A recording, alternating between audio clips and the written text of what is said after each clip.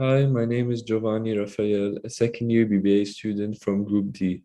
I'm here today to talk to you about the poverty reduction initiatives in the world, if they have had any success and acceptable results in the last decade. Before I get to it, my fellow teammates and I believe that yes, the poverty reduction initiatives have been able to come up with acceptable results in the last decade, and reasons for that claim will be further explained by my fellow teammates. Now, to those wondering what the poverty reduction initiatives are, according to worldbank.org, they are known as the nation's macroeconomic, structural, and global policies and programs to enhance growth and decrease poverty through the strategies they implement, in addition to the associated external financing needs and whatnot. Now, to answer the question of whether they are processed with the World Bank and IMF, yes, they are, since they are organized by governments through a process involving civil society and development partners, including the World Bank and the International Monetary Fund, IMF. However, PRCP's main strategies revolve around enhancing pro-poor growth, which is basically stimulating the economic growth for the benefit of the poor people, boosting critical sectors for it, planning effective safety nets and targeted programs, and ensuring social development. And therefore, a country would have to write a PRCP every 3 years. To have more accurate results, my colleagues have come up with statistics which verify our hypotheses that yes, the poverty reduction initiatives have had acceptable results over the past decade. Okay, so now I'm gonna prove to you by a quick analysis of two countries that I've chosen on how the establishment of poverty reduction strategy papers helps reduce the poverty rate of a country. So for example, if we look at Sri Lanka on the left, we can see that in 2002, there was the poverty reduction strategy paper, and in only 4 years, they had a reduction of the poverty rate by 9.10%, which is a lot compared to like other countries.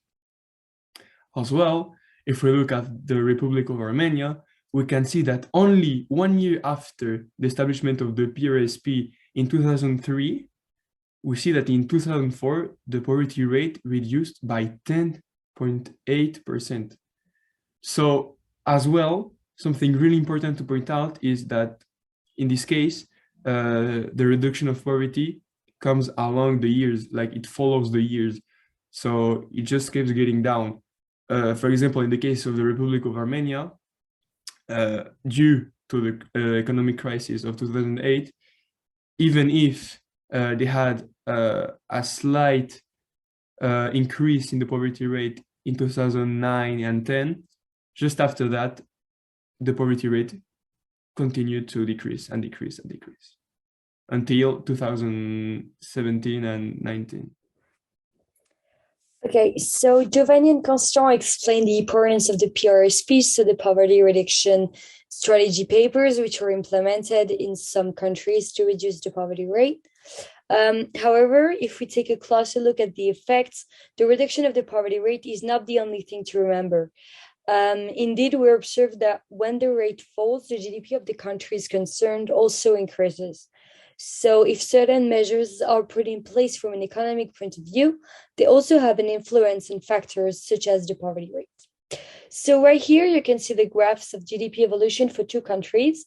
First of all, Armenia. In 2003 and in 2008, poverty reduction strategy papers are put in place. So the curve shows us an evolution of the GDP per capita, which goes from $930 in 2003 to $4,011 in 2008. So similarly for Uganda, the curve shows us an evolution following the implementation of PRSP in 2005, which makes the GDP per capita increase from $334 to $819 in 2010. So to conclude, the better country is economically, the less poverty there would be. It can therefore be concluded that any aid to improve the economic health of a country should be taken into account in order to influence factors such as the poverty rate.